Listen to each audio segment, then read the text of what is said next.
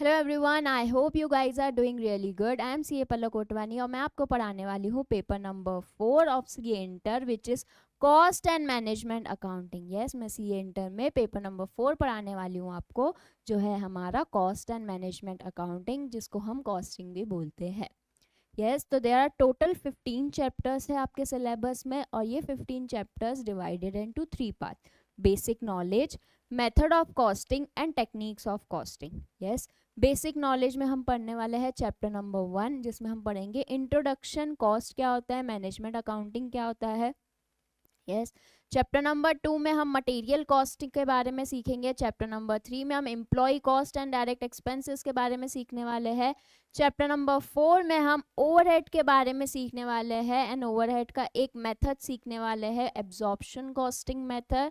Chapter number 5 में हम activity based costing के बारे में सीखेंगे। चैप्टर नंबर 6 में हम कॉस्ट शीट के बारे में सीखेंगे एंड चैप्टर नंबर 7 में हम कॉस्ट एंड अकाउंटिंग सिस्टम सीखेंगे। मेथड ऑफ कॉस्टिंग में आएगा chapter number 8, 9, 10, 11 which is unit and batch costing, job costing, process and operational costing, joint product and by product. Technique में हम सीखेंगे service costing, standard costing, marginal costing and budgetary costing. Yes, ma'am कुछ भी नहीं समझा तो अभी कुछ समझना भी नहीं था, मैंने सिर्फ आपको सिलेबस का ओवरव्यू दिया कि कौन से चैप्टर हम पढ़ने वाले हैं हमारे paper number 4 cost and management accounting में। यस, तो there are total 15 chapters. Cost and management accounting total 100 marks के लिए आता है, जिसमें से 70 मार्क्स का डिस्क्रिप्टिव होता है। डिस्क्रिप्टिव में हम प्रैक्टिकल क्वेश्चंस आएंगे एंड एक थ्योरी क्वेश्चन आता है। 30 मार्क्स का एमसीक्यू होता है बिना कोई नेगेटिव मार्क्स के। Yes, now let's start with chapter number 1। Chapter number 1 का नाम है इंट्रोडक्शन टू कॉस्ट। कॉस्ट क्या होता है एंड मैनेजमेंट अकाउंटिंग क्या होता है, ये हम सीखेंगे चैप्टर नंबर 1 में। नाउ सबसे फर्स्ट क्वेश्चन जो आता है, व्हाट इज कॉस्ट? क्या होता है कॉस्ट? मैम खर्चा, जो भी खर्चा होता है उसको हम कॉस्ट बोलते हैं। यस, फॉर एग्जाम्पल यहाँ पे मैं टीचिंग सर्विसेज प्रोवाइड कर रही हूँ, टीचिंग सर्विसेज रेंडर कर रही हूँ, तो ये टीचिंग सर्विसेज जब मैं रेंडर कर रही हूँ तो मुझे कोई कॉस्ट नहीं लगता होगा क्या? लगता है कॉस्ट। क्या कॉस्ट लगता होगा? मुझे रेंट पे करना पड़ता होगा इस प्रेमाइसेस का। यस, वेयरएज मुझे इलेक्ट्रिसिटी बिल पे करना पड़ेगा। यस, फिर मुझे बुक्स प्रिंटिंग कॉस्ट आता होगा, एडवर्टाइजमेंट कॉस्ट आता होगा, मेरे स्टाफ को सैलरी पे करने का कॉस्ट आता होगा। तो ये सारे कॉस्ट मैं क्यों इंकर्ट कर रही हूँ? ताकि मैं रेंडर कर सकूँ सर्विसेज को।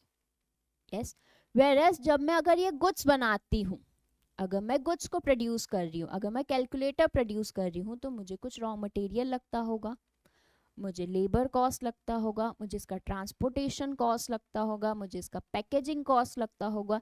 तो ये सारे कॉस्ट को हम क्या बोलते हैं? ये सारे एक्सपेंडिचर को हम क्या बोलते हैं? कॉस्ट। समझा कॉस्ट का मतलब क्या होता है? कॉस्ट का मतलब एक्सपेंडिचर जो भी तुमने इंकर्ड किया है। क्यों एक्सपेंडिचर किया था मैंने? ताकि मैं तुम्हें सर्विसेज रेंडर कर सकूं या तो गुड्स को प्रोड्यूस कर सकूं। तो जो भी हम एक्सपेंडिचर करते हैं ताकि हम गुड्स प्रोड्यूस कर सके और सर्विसेज रेंडर कर सके, उसी को ही हम बोलते हैं कॉस्ट। समझा कॉस्ट की डेफिनेशन? बहुत ही इजी है। What is cost? Expenditure which you have incurred, जो भी एक्सपेंडिचर तुमने किया है गुड्स को प्रोड्यूस करने के लिए, सर्विसेज रेंडर करने के लिए, उसको हम बोलते हैं कॉस्ट। अभी ये कॉस्ट की इस डेफिनेशन में ना अपॉर्चुनिटी कॉस्ट जो था वो था ही नहीं। अभी अपॉर्चुनिटी कॉस्ट का मतलब क्या होता है? तो अपॉर्चुनिटी कॉस्ट का मतलब ये होता है कि अगर मैं यहाँ पे तुम्हें सर्विसेज रेंडर कर रही हूँ टीचिंग की, यस, अगर मैं तुम्हें सर्विसेज रेंडर नहीं करती टीचिंग की, तो मैं क्या करती? जॉब करती।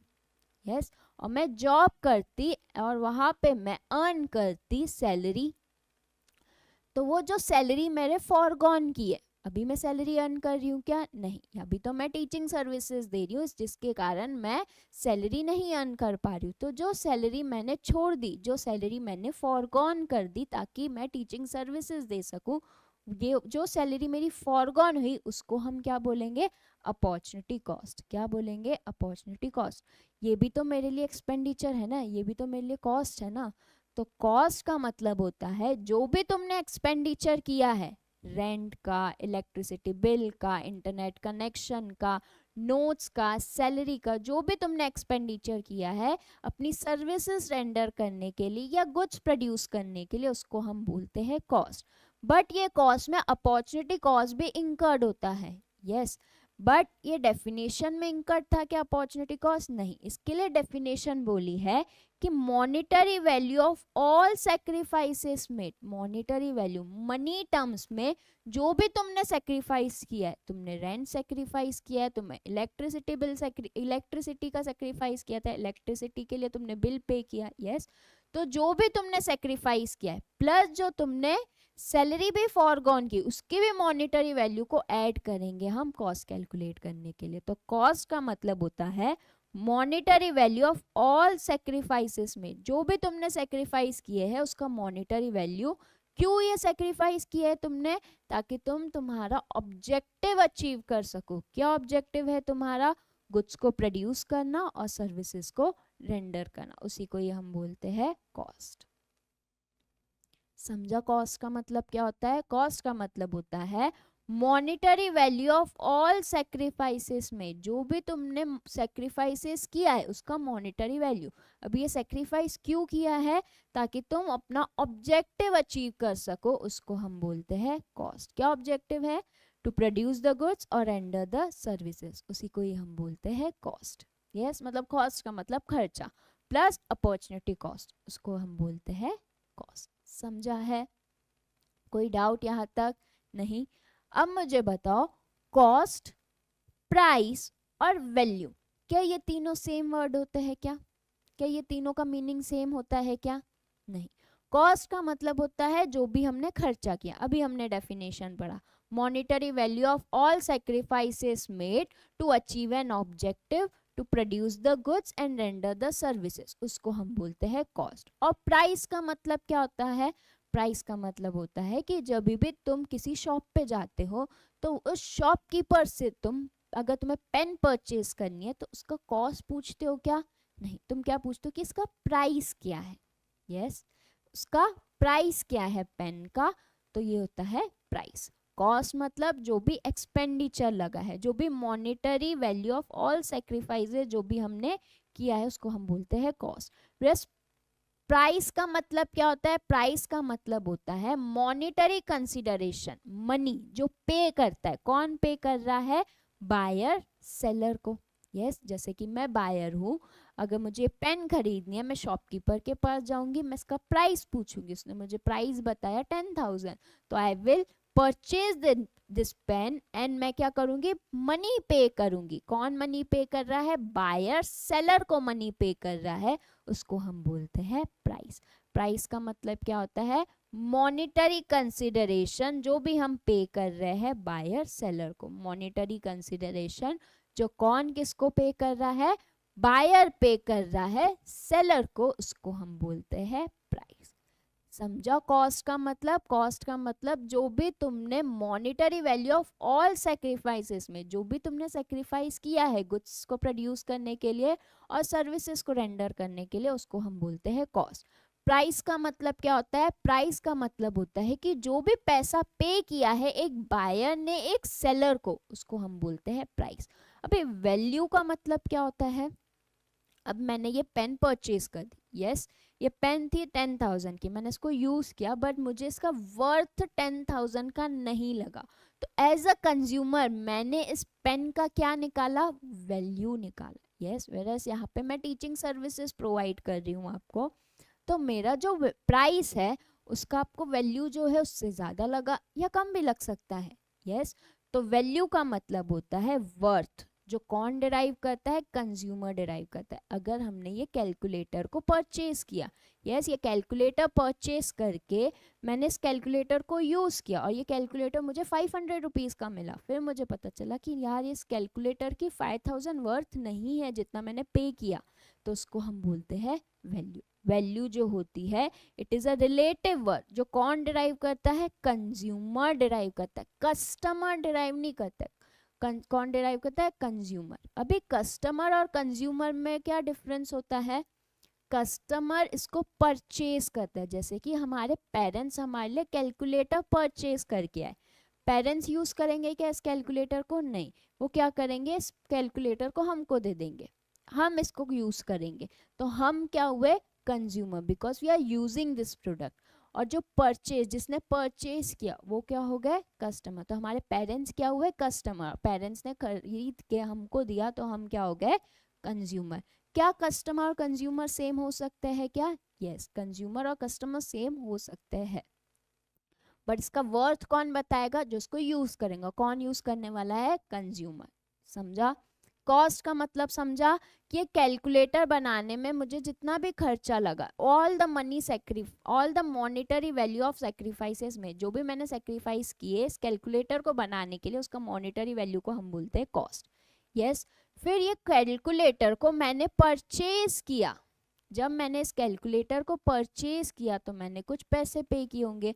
तो एज अ बायर ने जो सेलर को मॉनिटरी कंसिडरेशन दिया वो क्या हुआ, प्राइस। फिर मैंने ये कैलकुलेटर यूज किया और मैंने इसकी रियल वर्थ कैलकुलेट की, तो रियल वर्थ जो कौन डिराइव कर रहा है, कंज्यूमर, उसको क्या बोलते हैं, वैल्यू। समझा तीनों का डिफरेंस, कॉस्ट का डिफरेंस, प्राइस एंड वैल्यू, तीनों का डिफरेंस समझा है। yes. कॉस्ट जो होता है वो फैक्ट होता है, कितना कॉस्ट लगा है इसको बनाने में, वो क्या हो गया, फैक्ट। फिर प्राइस जो होता है पॉलिसी होता है, हम प्राइस ज्यादा भी चार्ज कर सकते हैं, कम भी चार्ज कर सकते हैं। यस, तो प्राइस क्या होता है, पॉलिसी होता है। वेरस वैल्यू जो मैं डिराइव कर रही हूँ, जो मैं इसका वर्थ बता रही हूँ कि 500 का वर्थ नहीं, इसका वर्थ जो है वो 250 है, तो ये क्या हुआ, मेरा ओपिनियन हो गया। किसका, कंज्यूमर का ओपिनियन होता है वैल्यू। यस। कॉस्ट जो होता है वो असर्टन किया होता है, किसके पॉइंट ऑफ व्यू से, मैं प्रोड्यूसर थी, मैं मैन्युफैक्चर थी, मैंने बताया कि इसका कॉस्ट कितना है। यस, तो as a producer and manufacture के पॉइंट ऑफ व्यू से निकाला जाता है। प्राइस किसके पॉइंट ऑफ व्यू से निकाला जाता है, सेलर्स के पॉइंट ऑफ व्यू से, जो सेल करता है। प्लस वैल्यू कौन डिराइव करता है, कौन असर्टन करता है, कंज्यूमर के पॉइंट ऑफ व्यू से बताया जाता है। समझा? तो there is a difference between cost, price and value. Cost का मतलब होता है जो भी तुमने मनी सेक्रीफाइस किया, जो भी monetary value of all the sacrifices made, जो भी तुमने सेक्रीफाइस किया इस कैलकुलेटर को बनाने के लिए, उसका मॉनिटरी वैल्यू को हम बोलते हैं कॉस्ट। फिर अगर मैंने ये कैलकुलेटर परचेज किया तो जो भी मैंने मॉनिटरी कंसिडरेशन पे किया बायर ने सेलर को, उसको हम बोलते हैं प्राइस। और वैल्यू का मतलब क्या होता है, वैल्यू का मतलब होता है कि इस कैलकुलेटर का रियल वर्थ क्या है, उसको हम बोलते हैं वैल्यू। आई होप आपको कॉस्ट, प्राइस एंड वैल्यू, इन तीनों की डेफिनेशन, तीनों में डिफरेंस क्या समझ गया हो। यस। चलो, थर्ड टॉपिक हम सीखेंगे कॉस्टिंग। अभी कॉस्टिंग का मतलब क्या होता है, कॉस्टिंग का मतलब होता है कि एक प्रोसेस होती है जिसमें हम कॉस्ट को फाइंड आउट करते हैं बहुत सारे मेथड और टेक्निक यूज करके, उसको हम बोलते हैं कॉस्टिंग। आज हमारे क्लासिक एग्जांपल पे, ठीक है, अभी मैं यहाँ पे टीचिंग सर्विसेज प्रोवाइड कर रही हूँ। अभी मैं सीए फाउंडेशन में भी पढ़ाती हूँ, सीए इंटर में भी पढ़ाती हूँ, क्लास 11th को भी पढ़ाती हूँ, क्लास 12 को भी पढ़ाती हूँ। यस, तो यहाँ पे सीए फाउंडेशन की भी क्लासेस चलती है, सीए इंटर की भी क्लासेस चल रही है, क्लास 11th की भी क्लासेस चल रही है, क्लास 12th की भी क्लासेस चल रही है। अभी यहाँ पे हमारे टास्क अकेडमी का अगर हमने एडवर्टाइजमेंट किया, सिर्फ task academy, not for CA foundation, for CA inter, CA class 11, class 12, सिर्फ टास्क अकेडमी का एडवर्टाइजमेंट किया। यस, तो कितना सीए फाउंडेशन के लिए किया वो एडवर्टाइजमेंट, कितना सीए इंटर के लिए किया, कितना क्लास 11 के लिए किया, कितना क्लास 12 के लिए किया, वो तो हमको डिटरमाइन करना पड़ेगा ना। यस और नो? यस। तो कैसे डिटरमाइन करेंगे कि वो जो हमने एडवर्टाइजमेंट, अगर मैंने 10,000 का एडवर्टाइजमेंट किया जस्ट फॉर टास्क अकेडमी, 10,000 का एडवर्टाइजमेंट जो हुआ है वो टास्क अकेडमी के लिए किया गया है। यस, अभी टास्क अकेडमी में तो सीए फाउंडेशन भी आता है, सीए इंटर भी आता है, क्लास 11th भी आता है, क्लास 12th भी आता है। तो कैसे अलोकेट करेंगे हम, क्लास 11th में कितना, क्लास 12th में कितना एडवर्टाइजमेंट हुआ है, उसी को ही हम बोलते हैं कॉस्टिंग। कॉस्टिंग जो होता है ये एक प्रोसेस होता है जिसमें हम कॉस्ट फाइंड आउट करते हैं। कैसे कॉस्ट फाइंड आउट करते हैं, बहुत सारे मेथड्स और टेक्निक यूज करके। यस हम क्या पढ़ रहे थे, हम पढ़ रहे थे कि कॉस्टिंग का मतलब क्या होता है। यस अभी for example Tata Motors, Tata company है, ठीक है, टाटा कंपनी में there are Tata Motors,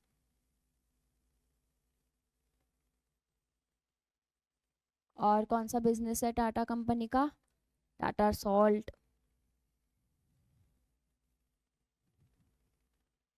and Tata Motors, Tata salt, और फिर टाटा कंपनी जो है वो वॉचेस भी बनाते हैं, और बहुत सारे बिजनेसेस है टाटा कंपनी के। यस अभी आईपीएल में टाटा कंपनी ने सिर्फ टाटा का क्या किया है, एडवर्टाइजमेंट किया। टाटा मोटर्स के लिए भी वो एडवर्टाइजमेंट हुआ, टाटा सॉल्ट के लिए एडवर्टाइजमेंट हुआ, वॉचेस के लिए भी वो एडवर्टाइजमेंट हो गया। अब ये एडवर्टाइजमेंट को हम कैसे अलोकेट करेंगे Tata Motors, Tata salt and watches में, ये कौन बताता है हमको, कॉस्टिंग बताता है। कौन बताता है, कॉस्टिंग। या तो मैंने आपको एक एग्जांपल बताया था कि जैसे कि टास्क एकेडमी है, टास्क एकेडमी में सीए फाउंडेशन भी है, सीए इंटर भी है, क्लास 11th भी है एंड क्लास 12th भी है। अभी टास्क एकेडमी ने अगर एडवर्टाइजमेंट किया है, सिर्फ हमने लिखा है उधर task academy for CA foundation, CA inter, class 11, class 12, ठीक है, सबके लिए एक ही होर्डिंग गया है। अभी वो जो एडवर्टाइजमेंट कॉस्ट है, कितना सीए फाउंडेशन के इसमें ऐड होना चाहिए कॉस्ट, कितना सीए इंटर की क्लासेस में ऐड होना चाहिए कॉस्ट, कितना क्लास 11 कितना क्लास 12 के कॉस्ट में ऐड होना चाहिए, ये कौन बताता है हमको, कॉस्टिंग बताता है। यस कॉस्टिंग का मतलब क्या होता है, कॉस्टिंग का मतलब होता है, कॉस्टिंग इज अ प्रोसेस जिसमें हम क्या करते हैं, कॉस्ट को असर्टन करते हैं, कॉस्ट को फाइंड आउट करते हैं। कैसे कॉस्ट को फाइंड आउट करते हैं, बहुत सारे मेथड्स और टेक्निक यूज करके, बहुत सारे मेथड्स और टेक्निक यूज करके जब मैं कॉस्ट को असर्टन करती हूँ, कॉस्ट को फाइंड आउट करती हूँ, उसको हम बोलते हैं कॉस्टिंग। समझा, कॉस्टिंग इज अ प्रोसेस जिसमें हम कॉस्ट को असर्टन करते हैं, कॉस्ट को फाइंड आउट करते हैं। कैसे, बहुत सारे मेथड और टेक्निक यूज करके कॉस्टिंग की। कौन से मेथड और टेक्निक यूज करते हैं हम कॉस्टिंग में, तो मैंने बताया था कि टोटल 15 चैप्टर्स में हम कुछ मेथड भी पढ़ने वाले हैं कॉस्टिंग की, और कुछ टेक्निक भी पढ़ने वाले हैं कॉस्टिंग की। जब मैं ये मेथड और टेक्निक यूज करके कॉस्ट को फाइंड आउट करूंगी, कॉस्ट को असर्टन करूंगी, उसको ही हम बोलते हैं costing. Costing is a process जिसमें मैं असर्टन करती हूँ, जिसमें मैं फाइंड आउट करती हूँ कॉस्ट को, बहुत सारे मेथड और टेक्निक यूज करके, उसी को ही हम बोलते हैं कॉस्टिंग। समझा कॉस्टिंग का मतलब। नेक्स्ट टॉपिक आता है हमारा कॉस्ट अकाउंटिंग का। अभी कॉस्ट अकाउंटिंग का मतलब क्या होता है, कॉस्ट अकाउंटिंग का मतलब होता है कलेक्शन, सारी कॉस्ट जो है उस सबको एक साथ लेके आना, उसको क्लासिफाई करना, और इस कॉस्ट को अप्रोप्रिएटली अलोकेशन करना, उसी को ही हम बोलते हैं cost accounting.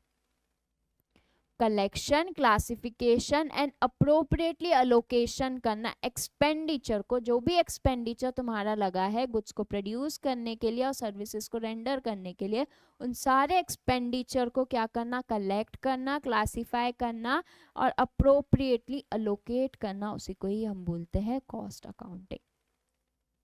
What is cost accounting, cost accounting is a collection, classification and appropriately allocation करना, किसका, एक्सपेंडिचर का। कौन सा एक्सपेंडिचर, जो भी एक्सपेंडिचर तुमको लगे हैं गुड्स को प्रोड्यूस करने के लिए और सर्विसेज रेंडर करने के लिए, उसको हम बोलते हैं कॉस्ट अकाउंटिंग ना। हमारा जो कॉस्ट है, यहाँ तक समझा है, यहाँ तक हमने क्या पढ़ा है, यहाँ तक हमने पढ़ा पहले कि कॉस्ट का मतलब क्या होता है। कॉस्ट का मतलब होता है जो भी तुमने सेक्रीफाइसेस किए उसका monetary value, monetary value of all sacrifices made. Sacrifice क्यों किया है, ऑब्जेक्टिव अचीव करने के लिए। क्या ऑब्जेक्टिव, गुड्स को प्रोड्यूस करने के लिए, सर्विसेज को रेंडर करने के लिए, जो भी तुमने सेक्रीफाइस किया उसको हम बोलते हैं कॉस्ट। फिर हमने पढ़ा there is a difference between cost, price and value. Cost जो होता है वो होता है जो भी तुमने सेक्रीफाइस किया उसका मॉनेटरी वैल्यू। प्राइस का मतलब होता है जो भी मॉनेटरी कंसिडरेशन है बायर सेलर को पे कर रहा है उसको हम बोलते हैं प्राइस। और वैल्यू का मतलब होता है वर्थ जो कौन डिराइव कर रहा है, कंज्यूमर। कॉस्टिंग एक प्रोसेस होती है जिसमें हम कॉस्ट को असर्टन करते हैं। कॉस्ट को कैसे असर्टन करते हैं, कॉस्ट को कैसे फाइंड आउट करते हैं, बहुत सारे मेथड और टेक्निक यूज करके, जो मैंने तुम्हें स्टार्टिंग में बताया था चैप्टर के, कि कितने चैप्टर्स हम करने वाले, और चैप्टर जो अलोकेट किए थे ना, डिवाइड किया था ना मेथड्स और टेक्निक्स में, वो मेथड और टेक्निक यूज करके जब मैं कॉस्ट को असर्टन करती हूँ, फाइंड आउट करती हूँ, उसको बोलते हैं हम कॉस्टिंग। एंड कॉस्ट अकाउंटिंग का मतलब क्या होता है, जो भी एक्सपेंडिचर तुमको लगा है गुड्स एंड सर्विसेज को प्रोड्यूस करने के लिए, उस एक्सपेंडिचर को कलेक्ट करना, क्लासिफाई करना एंड अप्रोप्रिएटली अलोकेट करना, उसको हम बोलते हैं कॉस्ट अकाउंटिंग। यस। ना हमारा जो कॉस्ट होता है वो क्लासिफाइड है इनटू वेरियस टाइप। पहला आता है on the basis of payment, explicit cost, implicit cost, on the basis of nature, fix cost, variable cost, semi variable cost. तो पहले हम सीखेंगे on the basis of payment. On the basis of payment cost जो है वो classified है explicit cost और implicit cost. Yes. अभी एक्सप्लिसिट कॉस्ट और इम्प्लिसिट कॉस्ट में क्या डिफरेंस है, तो अगर मैंने ये कैलकुलेटर बनाया, मैंने ये कैलकुलेटर बनाया, तो मुझे क्या क्या एक्सपेंडिचर लगे होंगे बताओ ज़रा। मुझे रॉ मटेरियल लगा होगा, मुझे लेबर कॉस्ट लगा होगा, मुझे कुछ डायरेक्ट एक्सपेंसेस लगे होंगे, कुछ इनडायरेक्ट एक्सपेंसेस, जैसे कि एडवर्टाइजमेंट लगा होगा कॉस्ट इसका, पैकेजिंग कॉस्ट लगा होगा, सेलिंग एंड डिस्ट्रीब्यूशन कॉस्ट लगा होगा, एक्सेट्रा एक्सेट्रा, बहुत सारे कॉस्ट लगे होंगे। यस। ना rent, electricity bill, raw material, labour cost, advertisement cost, selling cost, transportation cost, packaging cost, ये सारी कॉस्ट को मैं पे करने वाली हूँ क्या। Yes, we will pay it. हम हमारे जेब में से पैसे निकाल के इन सारे एक्सपेंडिचर के लिए पेमेंट करने वाले हैं। क्या ये सारे एक्सपेंडिचर तुम्हारे पीएनएल में, प्रॉफिट एंड लॉस अकाउंट में, तुम्हारे बुक्स ऑफ अकाउंट्स में आएंगे क्या, ट्रेडिंग या पीएनएल अकाउंट में आएंगे क्या। यस, हमारे बुक्स ऑफ अकाउंट्स में भी हम इसको रिकॉर्ड करेंगे। वेयरएस इस कैलकुलेटर को बनाने के लिए मुझे कुछ अपॉर्चुनिटी कॉस्ट भी लगी होगी। अगर मैं कैलकुलेटर नहीं बना के माउस बनाती, तो जो मैं माउस में प्रॉफिट अर्न करती वो मेरा सेक्रीफाइस हो गया कि मैंने माउस नहीं बनाया। यस। तो जो मैंने सेक्रीफाइस किया वो हमारी अपॉर्चुनिटी कॉस्ट है, वो भी हमारी कॉस्ट है। क्या मैं ये अपॉर्चुनिटी कॉस्ट को पे करने वाली हूँ क्या, नहीं, ये तो कॉस्ट हमारा, हमको पैसे नहीं आए, वो कॉस्ट हुआ ना, हम थोड़ी पे करने वाले कि हमने माउस नहीं बनाया तो उसके लिए हम कुछ पे कर रहे हैं, नहीं, we don't pay for it. Yes. क्या अपॉर्चुनिटी कॉस्ट को हम हमारे बुक्स ऑफ अकाउंट में लिखेंगे क्या, नहीं, बुक्स ऑफ अकाउंट्स में भी नहीं लिखेंगे। एक और एग्जांपल बताती हूँ मैं, ठीक है। यहाँ पे मैं टीचिंग सर्विसेज तुमको प्रोवाइड कर रही हूँ, तो जो मेरा रेंट लग रहा है, क्या मैं उसको पे करने वाली हूँ, क्या पेमेंट होने वाला है रेंट का, यस, रेंट का पेमेंट होने वाला है, हो गया होगा, या फिर इन फ्यूचर में मैं करने वाली हूँ, यस, बट रेंट का पेमेंट तो होगा। इलेक्ट्रिसिटी बिल का क्या मैं पेमेंट करने वाली हूँ, यस, इलेक्ट्रिसिटी बिल का भी पेमेंट होगा। वेरएस यहाँ पे जो मेरा स्टाफ है उनको मुझे सैलरी पे करनी है, क्या वो सैलरी भी मैं पेमेंट करने वाली हूँ, यस। रेंट, इलेक्ट्रिसिटी बिल और सैलरी, क्या इन तीनों को मैं मेरे बुक्स ऑफ अकाउंट्स में लिखूंगी क्या, यस। वेयरएस जो मेरी सैलरी फॉरगॉन हो गई, जो मेरी सैलरी चले गई, क्यों, बिकॉज मैं यहाँ पे टीचिंग सर्विसेज दे रही हूँ, तो क्या उस सैलरी फॉरगॉन के लिए मुझे कुछ पे करना पड़ेगा क्या कंपनी को, कि मैं तुम्हारे इधर नहीं आई जॉब करने के लिए तो ये लो मेरा पेमेंट कंपनसेशन, नहीं, मैं कुछ पेमेंट नहीं करने वाली हूँ।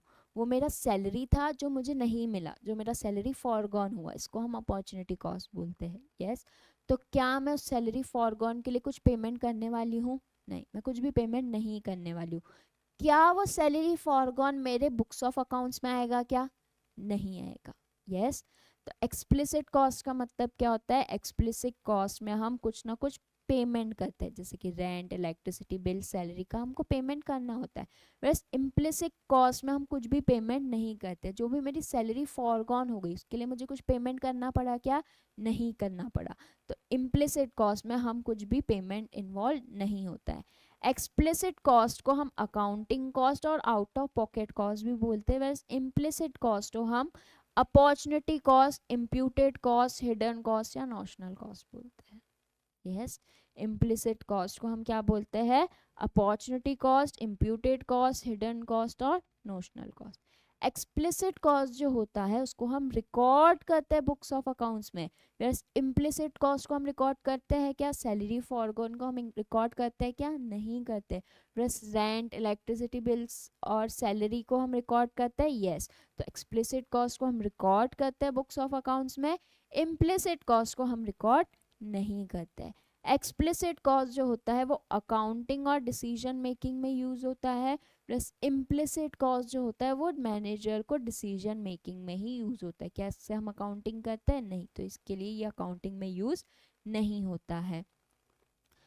अभी मैंने जो रेंट पे किया 10,000, तो बुक्स ऑफ अकाउंट में मैं कितना रेंट दिखाऊंगी? 10,000 का, यस। तो जो मेरा एक्सप्लिसिट कॉस्ट होता है इट इज ऑब्जेक्टिव, ये कैलकुलेट कर सकते हैं बिकॉज इसमें हम पेमेंट करने वाले हैं।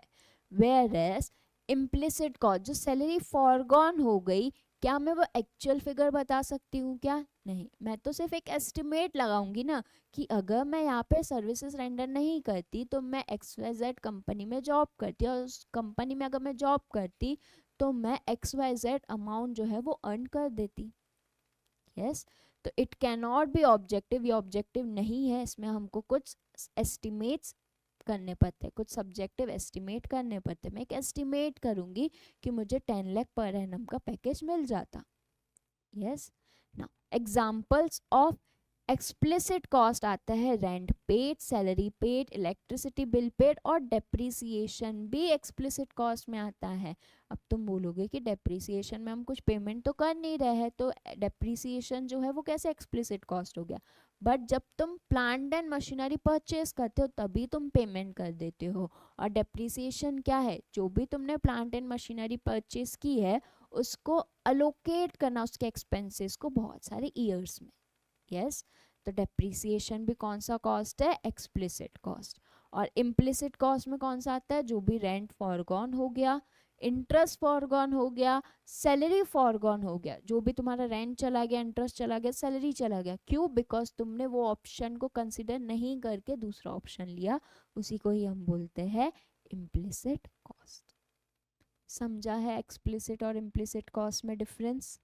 Yes.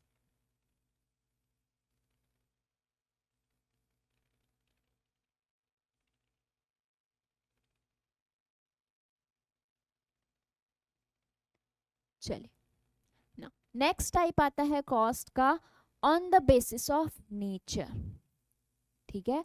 On the basis of nature जो हमारा कॉस्ट है वो divided into 3 type, fix cost, variable cost and semi variable cost.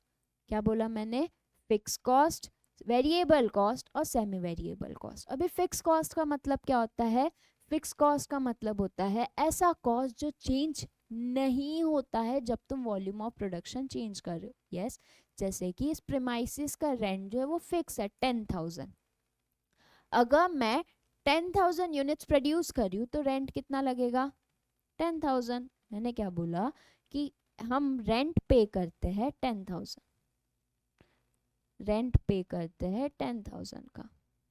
अगर मेरा प्रोडक्शन जो है वो है 10,000 यूनिट्स तो मेरा रेंट कितना लगेगा? 10,000। अगर प्रोडक्शन इंक्रीज करके 1 लाख यूनिट हो गया तभी भी रेंट कितना लगेगा? 10,000 यूनिट, 10,000 का ही। और अगर प्रोडक्शन कम होके 0 यूनिट का ही मैंने प्रोडक्शन किया फिर भी रेंट कितना लगेगा? 10,000 का। तो क्या ये 10,000 चेंज हो रहा है क्या जब मैं यूनिट चेंज कर रही हूँ, जब मैं वॉल्यूम ऑफ प्रोडक्शन चेंज कर रही हूँ?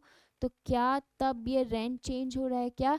नहीं, रेंट चेंज नहीं हो रहा है जब मैं वॉल्यूम ऑफ प्रोडक्शन चेंज कर रही हूँ। इसी को ही हम बोलते हैं कौन सा कॉस्ट? Fix cost. कॉस्ट जो चेंज नहीं होता है जब मैं वॉल्यूम ऑफ प्रोडक्शन को चेंज करती हूँ उसको हम बोलते हैं फिक्स कॉस्ट। कौन सा cost? Total cost, total unit, ठीक है। 10,000 यूनिट्स पे टोटल फिक्स कॉस्ट कितना लगा है? 10,000। बट पर यूनिट कितना लगा है? 1। Whereas total units of 1 lakh पे फिक्स कॉस्ट कितना लगा है? 10,000। बट पर यूनिट कितना लगा है? पर यूनिट कैसे निकालते हैं? Total cost which is 10,000 divided by total units which is 1 lakh, 0.1। समझा? फिक्स कॉस्ट जो होता है ये चेंज नहीं होता है जब हम वॉल्यूम ऑफ प्रोडक्शन चेंज करते हैं, ठीक है। कौन सा चेंज नहीं होता है? टोटल फिक्स कॉस्ट चेंज नहीं होता है, बट पर यूनिट चेंज होता है क्या? Yes, per unit fix cost change होता है। एक और एग्जांपल देती हूँ मैं, देखो इधर। अगर मेरा रेंट जो है वो है 10,000, रेंट कितना है? 10,000 का रेंट है। अगर मैं प्रोडक्शन कर रही हूँ 10,000 यूनिट्स, तभी भी मेरा टोटल फिक्स कॉस्ट कितना लगेगा? 10,000। अगर मैं 20,000 यूनिट्स प्रोड्यूस करती हूँ तभी भी मेरा रेंट कितना लगेगा? 10,000। टोटल फिक्स कॉस्ट 10,000 होगा। अगर मैं 30,000 यूनिट्स प्रोड्यूस करती हूँ तभी भी मेरा टोटल फिक्स कॉस्ट कितना रहेगा? 10,000। यस, तो टोटल फिक्स कॉस्ट चेंज हो रहा है क्या? नहीं। तो फिक्स कॉस्ट बोला जाता है कि जितना भी अगर तुम यूनिट्स में चेंज कर रहे हो बट तुम्हारा टोटल फिक्स कॉस्ट जो है वो सेम है, टोटल फिक्स कॉस्ट जो है वो चेंज नहीं हो रहा है वॉल्यूम ऑफ प्रोडक्शन के कारण, उसी को ही हम बोलते हैं टोटल फिक्स कॉस्ट। ना वेरिएबल, ये पढ़ा हमने total fix cost. Yes, now sorry, ना fix cost per unit change हो रहा है क्या? अब पर यूनिट कैसे कैलकुलेट करते हैं हम? पर यूनिट का मतलब होता है एक यूनिट का कॉस्ट। यस, पर यूनिट कैसे निकालते हैं हम? Total cost divided by total unit. हमको फिक्स कॉस्ट पर यूनिट निकालना है तो total fix cost divided by total unit. ना टोटल फिक्स कॉस्ट कितना है? 10,000 और टोटल यूनिट कितना है? 10,000। तो 10,000 डिवाइडेड बाय 10,000, तो मेरा पर यूनिट फिक्स कॉस्ट कितना आ रहा है? 1। यस, नाउ सेकेंड में 20,000 जब मेरी यूनिट्स थी तब मेरा फिक्स कॉस्ट पर यूनिट कितना आ रहा है? 10,000 divided by 20,000 which is 0.5। Third, fix cost per unit जो है वो कैसे कैलकुलेट करेंगे? Total fix cost 10,000 divided by total units 30,000, 0.3333। Yes, तो क्या मैं बोल सकती हूँ कि फिक्स कॉस्ट जो है वो टोटल चेंज नहीं होता है जब वॉल्यूम ऑफ प्रोडक्शन चेंज हो रहा है। टोटल सेम है, 10,000 10,000 10,000, चाहे यूनिट 10,000 हो, 20,000 हो, 30,000 हो, 50,000 हो, 0 यूनिट्स हो, मेरा टोटल फिक्स कॉस्ट कितना रहेगा? 10,000। बट मेरा fix cost per unit change हो रहा है क्या? Yes, fix cost per unit change हो रहा है जब मेरे यूनिट चेंज हो रहे हैं। कोई डाउट नहीं? इजी है, बहुत ही इजी टॉपिक सिखाया मैंने तुम्हें। फिक्स कॉस्ट, फिक्स कॉस्ट क्या होता है? चलो डेफिनेशन पढ़ते हैं। कॉस्ट जो चेंज नहीं होता है जब वॉल्यूम ऑफ प्रोडक्शन या लेवल ऑफ एक्टिविटी में चेंज आता है। यस, जब मेरा यूनिट्स में चेंज आ रहा है, जब मेरा वॉल्यूम ऑफ प्रोडक्शन चेंज हो रहा है, तब मेरा टोटल फिक्स कॉस्ट चेंज हो रहा है क्या? नहीं, कॉस्ट चेंज नहीं हो रहा है जब वॉल्यूम ऑफ प्रोडक्शन और लेवल ऑफ एक्टिविटी चेंज हो रहा है। प्लस वेरिएबल कॉस्ट का मतलब क्या होगा? कॉस्ट जो चेंज होता है सेम प्रपोर्शन में जब वॉल्यूम ऑफ प्रोडक्शन चेंज होता है। अभी सेम प्रोडक्शन का सेम प्रपोर्शन का मतलब क्या होता है? तो इधर ध्यान दो, 10,000 यूनिट्स, 20,000 यूनिट्स, 30,000 यूनिट्स, 40,000 यूनिट्स। अब मैंने बोला कि वेरिएबल कॉस्ट पर यूनिट जो है वो है, पर यूनिट बोल रही हूँ मैं, वो है 2। यस, मतलब एक यूनिट बनाने में हमको 2 रुपीज़ का वेरिएबल कॉस्ट लगता है। तो 10,000 यूनिट्स बनाने के लिए मुझे कितना वेरिएबल कॉस्ट लगेगा? 10,000 मल्टीप्लाई बाय 2, 20,000 का कॉस्ट लगा है। वेयर एज 20,000 यूनिट्स बनाने के लिए मुझे टोटल वेरिएबल कॉस्ट कितना लगा होगा,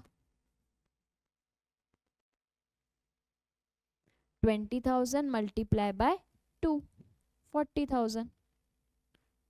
30,000 बनाने के लिए कितना लगा होगा, 30,000 मल्टीप्लाई बाय 2, 60,000। एंड 40,000 यूनिट्स बनाने के लिए कितना लगा, 40,000 मल्टीप्लाई बाय 2, 80,000। यस, तो मेरा अगर वॉल्यूम ऑफ प्रोडक्शन में चेंज आ रहा है तो सेम प्रपोर्शन में ही वेरिएबल कॉस्ट चेंज हो रहा है ना। सेम प्रपोर्शन में कैसे, कि अगर तुम variable cost per unit calculate करोगे तो सब में 2 2 2 2 ही आ रहा है। यस, या तो फिर वेरिएबल कॉस्ट जो है, टोटल वेरिएबल कॉस्ट में कितना चेंज आया, 40,000 माइनस 20,000, 20,000 का चेंज आया है। और यूनिट्स में कितना चेंज आया है, 10,000 का। सेकेंड में अगर तुम देखो 40,000 एंड 60,000 में कितना चेंज आया है, 20,000 का। और यूनिट्स में कितना चेंज आया है, 10,000 का। थर्ड अगर केस देखो तुम, 60,000 और 80,000 में कितना चेंज आया है, 20,000 का। एंड 30,000 एंड 40,000 में कितना चेंज आया है, 10,000 का। यस, तो मेरा जो कॉस्ट चेंज हो रहा है वो सेम प्रपोर्शन में चेंज हो रहा है क्या, 20,000 20,000 20,000 में ही चेंज हो रहा है when there is a change in units. वही तो लिखा हुआ है, वेरिएबल कॉस्ट, कॉस्ट जो चेंज हो रहा है 20,000 40,000 60,000 80,000, कॉस्ट चेंज हो रहा है बट सेम प्रपोर्शन में चेंज हो रहा है, 20,000 का ही चेंज आ रहा है with the change in production. जितना प्रोडक्शन में चेंज आ रहा है वेरिएबल कॉस्ट सेम प्रपोर्शन में चेंज हो रहा है, उसी को ही हम बोलते हैं वेरिएबल कॉस्ट। फिक्स कॉस्ट का मतलब क्या होता है, कॉस्ट जो चेंज नहीं होता है जब मैं volume of production and level of activity में चेंज कर रही हूँ। यस, कौन सा cost, total fix cost. But fix cost per unit change होता है क्या, यस। वेरस वेरिएबल कॉस्ट क्या होता है, कॉस्ट जो चेंज होता है सेम प्रपोर्शन में जब मैं चेंज कर रही हूँ वॉल्यूम ऑफ प्रोडक्शन को, उसको बोलते हैं variable cost. But variable cost per unit change होता है क्या, नहीं। टोटल वेरिएबल कॉस्ट चेंज होता है पर variable cost per unit same रहता है। और थर्ड आता है semi variable cost. Semi variable cost में कुछ पोर्शन जो होता है वो फिक्स कॉस्ट का होता है और कुछ पोर्शन जो होता है वो वेरिएबल कॉस्ट का होता है। If the portion of the cost is fixed and the portion of the cost is variable. Semi variable cost ऐसी कॉस्ट होती है जिसमें कुछ पोर्शन जो होता है वो फिक्स्ड होता है एंड कुछ पोर्शन जो होता है वो कैसा होता है, वेरिएबल होता है। तो उसको हम बोलते हैं सेमी वेरिएबल कॉस्ट या सेमी फिक्स इन नेचर। समझा, तीन टाइप का cost on the basis of nature. On the basis of nature the cost is classified into fix cost, variable cost and semi variable cost या semi fix cost. ठीक है, now पहला आता है fix cost. Fix cost क्या होता है, fix cost is a cost जो चेंज नहीं होती है जब मैं total volume of production change कर रही हूँ या लेवल ऑफ एक्टिविटी चेंज कर रही हूँ। यस, अगर मैं वॉल्यूम ऑफ प्रोडक्शन में चेंज कर रही हूँ जैसे कि 10 20 30 40, तो मेरी फिक्स कॉस्ट चेंज होगी क्या, नहीं। कौन सी fix cost, total fix cost तो सेम ही रहेगी but fix cost per unit change होंगी। Yes, fix cost per unit change होगी। प्लस वेरिएबल कॉस्ट का मतलब क्या होता है, वेरिएबल कॉस्ट का मतलब होता है ऐसा कॉस्ट जो चेंज हो रहा है बट सेम प्रपोर्शन में with the volume of production. अगर वॉल्यूम ऑफ प्रोडक्शन 10,000 से चेंज हो रहा था तो हमारा जो वेरिएबल कॉस्ट है वो 20,000 से ही चेंज हो रहा था, सेम प्रपोर्शन में चेंज हो रहा था। Yes, variable cost, total variable cost change होता है but variable cost per unit change होता है क्या, नहीं, वो कांस्टेंट रहता है, वो सेम रहता है। थर्ड आता है semi variable cost. Semi variable cost is a cost जिसमें कुछ पोर्शन फिक्स्ड होता है, कुछ पोर्शन जो होता है वो कैसा होता है, वेरिएबल होता है। यस, नो, फिक्स कॉस्ट जो है अगर मैंने प्रोडक्शन इंक्रीज किया है, अगर मैंने प्रोडक्शन 20,000 से 30,000 किया था, मैंने प्रोडक्शन 20,000 से 30,000 किया था, तो टोटल फिक्स कॉस्ट में कुछ चेंज आया था क्या? नहीं, टोटल फिक्स कॉस्ट 10,000 का 10,000 ही था। तो अगर मैं वॉल्यूम ऑफ प्रोडक्शन इंक्रीज करती हूँ तो फिक्स कॉस्ट में कुछ भी चेंज नहीं आता है, but fix cost per unit क्या हो रहा था? 0.5 से 0.333 हो रहा था। तो फिक्स कॉस्ट पर यूनिट जो है वो क्या हो जाता है? डिक्रीज हो जाता है जब मैं यूनिट्स इंक्रीज करती हूँ। अभी क्यों डिक्रीज होता है?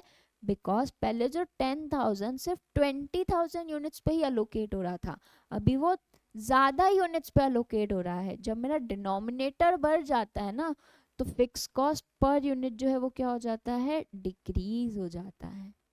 समझा? तो अगर मैं इंक्रीज करती हूँ वॉल्यूम ऑफ प्रोडक्शन तो टोटल फिक्स कॉस्ट सेम रहेगा, but fix cost per unit decrease होता है। यस। वेयर एज अगर मैं यूनिट्स को डिक्रीज करती हूँ, मतलब 20,000 से 10,000, पहले मैंने क्या किया था? यूनिट्स को इंक्रीज किया था। जब मैंने यूनिट्स को इंक्रीज किया था फिक्स कॉस्ट सेम था, but fix cost per unit decrease हुआ था। अभी मैं यूनिट्स को डिक्रीज कर रही हूँ, 20,000 से 10,000 कम कर रही हूँ। जब मैं यूनिट्स को कम करती हूँ तो मेरा टोटल फिक्स कॉस्ट तो सेम रहेगा, but fix cost per unit जो है वो क्या हो जाएगा? इंक्रीज हो जाएगा।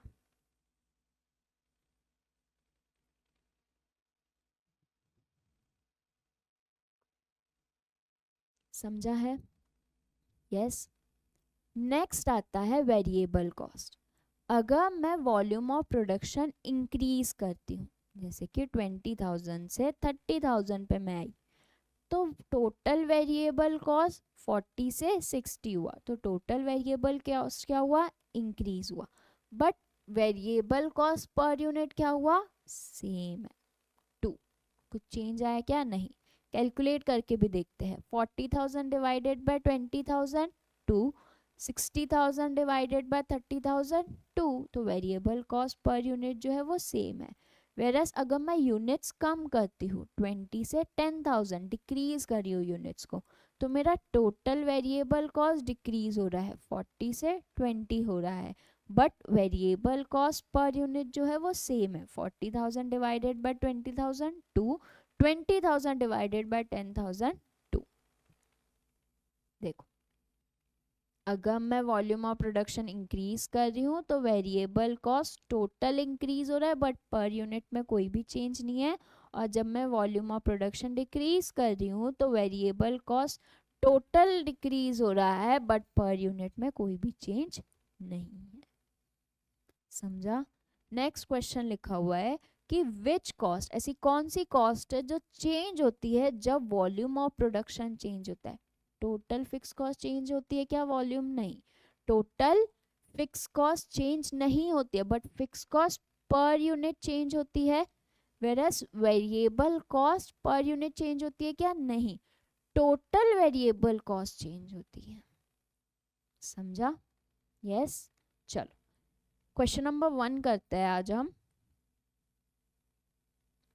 क्वेश्चन नंबर 1 आता है हमारा, नंबर ऑफ यूनिट्स दिए हुए हैं 10,000, 20,000, 30,000, रेंट कॉस्ट दिया हुआ है, सुपरविजन कॉस्ट दिया हुआ है, सेलिंग कॉस्ट दिया हुआ है। We have to find out कि इनका नेचर क्या है, क्या ये फिक्स कॉस्ट है, वेरिएबल कॉस्ट है, या तो फिर सेमी वेरिएबल कॉस्ट है। यस। नाउ फर्स्ट आता है रेंट। अगर तुम देखो तो रेंट जो है 20,000, 20,000 एंड 20,000 है। टोटल रेंट जो है वो सेम है। यूनिट्स इंक्रीज हो रही है 10,000 से 20,000, 20 से 30,000, रेंट जो है वो सेम है। हमने क्या पढ़ा है? हमने पढ़ा है कि पहले हमको देखना होता है कि टोटल कॉस्ट जो है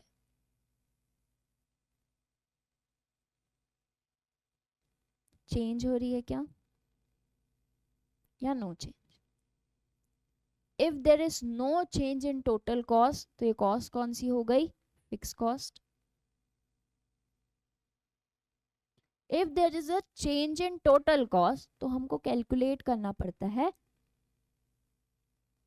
तब हम कैलकुलेट करेंगे पर यूनिट। ठीक है, फिर हम पर यूनिट कैलकुलेट करेंगे। पर यूनिट में फिर हम देखेंगे कि नो चेंज और चेंज। अगर पर यूनिट में कोई भी चेंज नहीं आता है तो उसको हम बोलते हैं वेरिएबल कॉस्ट, और अगर पर यूनिट में चेंज आता है तो उसको हम बोलते हैं सेमी वेरिएबल कॉस्ट। समझा? टोटल कॉस्ट अगर चेंज हो रही है तो हम पर यूनिट कैलकुलेट करेंगे, पर यूनिट कैलकुलेट करके देखेंगे कि अगर पर यूनिट में भी कोई चेंज नहीं आया है तो उसको बोलेंगे वेरिएबल कॉस्ट, अगर पर यूनिट में चेंज आया उसको हम बोलेंगे सेमी वेरिएबल कॉस्ट, अगर टोटल कॉस्ट में कुछ भी चेंज नहीं आया है तो उसको हम बोलेंगे फिक्स कॉस्ट। समझा? यस। नाउ पहले हम देखेंगे कि टोटल कॉस्ट में कुछ चेंज आ रहा है क्या? नहीं आ रहा है। जब हम वॉल्यूम ऑफ प्रोडक्शन इंक्रीज करें 10 से 20, 20 से 30, टोटल कॉस्ट जो है वो सेम है। जब टोटल कॉस्ट जो है वो सेम होता है, चेंज नहीं हो रहा है, तो उसको कॉस्ट को हम क्या बोलते हैं? Fix cost. तो रेंट कौन सा कॉस्ट है? फिक्स कॉस्ट, बिकॉज ये चेंज नहीं हो रहा है with the change in the volume of production. Yes. Second आता है हमारा सुपरविजन कॉस्ट। क्या सुपरविजन कॉस्ट टोटल चेंज हो रहा है क्या? यस। 50,000 फॉर 10,000 यूनिट्स, 60 अगर मैंने यूनिट्स इंक्रीज किए 10,000 से 20,000 यूनिट्स पे मैं गई हूँ तो सुपरविजन कॉस्ट जो है वो 6 लाख हुआ है। 30,000 यूनिट्स के लिए 7 लाख है। तो जैसे जैसे मेरी यूनिट्स इंक्रीज होते जा रहे हैं सुपरविजन कॉस्ट भी इंक्रीज हो रहा है, मतलब चेंज हो रहा है। यूनिट्स चेंज हुई, सुपरविजन कॉस्ट भी चेंज हुआ। तो जब यूनिट्स चेंज होती है और सुपरविजन कॉस्ट भी चेंज होता है तो ये फिक्स कॉस्ट तो नहीं है। अभी वेरिएबल कॉस्ट हो सकता है या तो फिर सेमी वेरिएबल कॉस्ट हो सकता है। तो उसके लिए मुझे क्या कैलकुलेट करना पड़ेगा? पर यूनिट कैलकुलेट करना पड़ेगा। अगर पर यूनिट में भी कुछ चेंज नहीं आता है तो वेरिएबल कॉस्ट, और अगर पर यूनिट में भी चेंज आता है तो सेमी वेरिएबल कॉस्ट। यस। तो हम पर यूनिट कैलकुलेट करेंगे। अभी पर यूनिट कैसे कैलकुलेट करते हैं? पर यूनिट कैलकुलेट करते हैं total cost divided by total units. Total cost कितना है? 5 लाख डिवाइडेड बाय 10,000। तो 5 लाख डिवाइडेड बाय 10,000, तो पर यूनिट कितना आ रहा है? 50। सेकेंड केस में 6 लाख टोटल कॉस्ट है डिवाइडेड बाय 20,000, तो पर यूनिट कितना आएगा? 30। एंड थर्ड है 7 lakh total cost divided by 30,000, तो पर यूनिट कॉस्ट कितना आ रहा है? 23.33। हमने क्या पढ़ा था कि अगर पर यूनिट में भी चेंज आता है तो उसको हम बोलते हैं semi variable cost.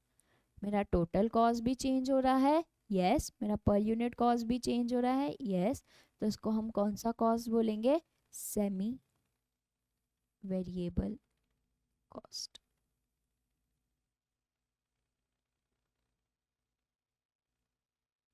Yes. Third आता है सेलिंग कॉस्ट। सेलिंग कॉस्ट जो है क्या वो चेंज हो रहा है क्या total with the total units? Yes. पहले 10,000 पे 8 लाख कॉस्ट लगता था, 20,000 यूनिट्स पे 16 लाख कॉस्ट लगता है, 30,000 यूनिट पे 24 लाख कॉस्ट लगता है। तो टोटल कॉस्ट तो चेंज हो रहा है। तो जब टोटल कॉस्ट चेंज होता है तो ये फिक्स कॉस्ट तो नहीं है। फिर हमको कैलकुलेट करना होता है per unit. Yes.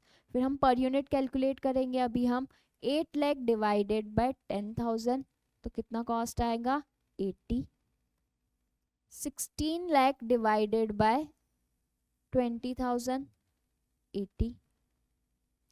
24 lakh divided by 30,000, 80। मेरा टोटल कॉस्ट चेंज हो रहा था बट पर यूनिट चेंज हुआ क्या? नहीं, पर यूनिट सेम है। जब पर यूनिट सेम होता है, पर यूनिट में कोई भी चेंज नहीं आता है बट टोटल कॉस्ट चेंज हो रहा है, उसको हम कौन सा कॉस्ट बोलते हैं? Variable cost. तो नेचर ऑफ कॉस्ट कौन सा हो गया? Variable cost. समझा है? यस। कोई डाउट यहाँ तक? नहीं? ये टेबल ध्यान में रखना, एक बार वापस रिवाइज करा देती हूँ। On the basis of nature, our cost is divided into fixed cost, variable cost and semi variable cost. अभी टोटल कॉस्ट हमारे पास दिया रहेगा, हमको फाइंड आउट करना है कि ये फिक्स कॉस्ट है वेरिएबल कॉस्ट है या सेमी वेरिएबल कॉस्ट है। कैसे फाइंड आउट करेंगे? तो पहले हम देखेंगे टोटल कॉस्ट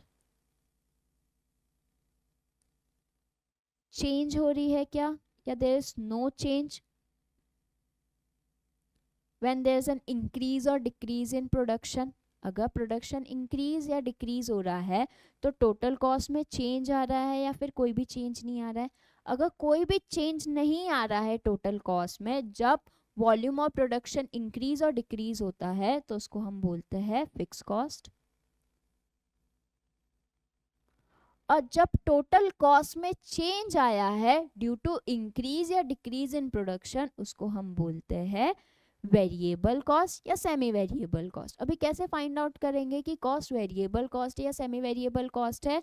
तो हमको कैलकुलेट करना पड़ेगा per unit cost. Yes, per unit कैसे कैलकुलेट करते हैं हम? Total cost divided by total units. Total cost divided by total unit करके हमको पर यूनिट मिल जाएगा।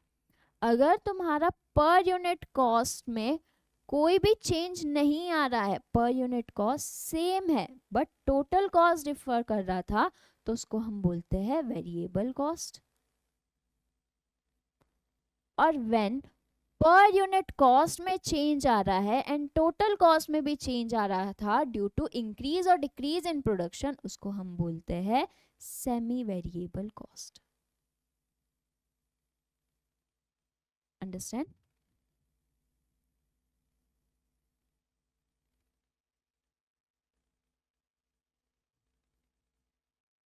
इजी है? यस।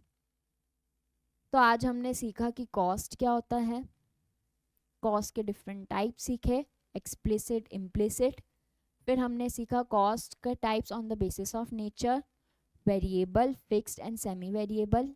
यस, नेक्स्ट लेक्चर में हम सीखेंगे कि जो सेमी वेरिएबल कॉस्ट है इसको हम कैसे सेग्रीगेट करेंगे fix cost and variable cost. हमने सेमी वेरिएबल की कॉस्ट पढ़ी थी ना, सेमी वेरिएबल में कुछ पोर्शन फिक्स कॉस्ट का होता है, कुछ पोर्शन वेरिएबल कॉस्ट का होता है। यस, तो कितना फिक्स कॉस्ट होता है, कितना वेरिएबल कॉस्ट होता है, वो हम कैलकुलेट करना सीखेंगे, सेग्रीगेट करना सीखेंगे, अलग अलग कैलकुलेट करना सीखेंगे नेक्स्ट लेक्चर में। Till then, thank you so much.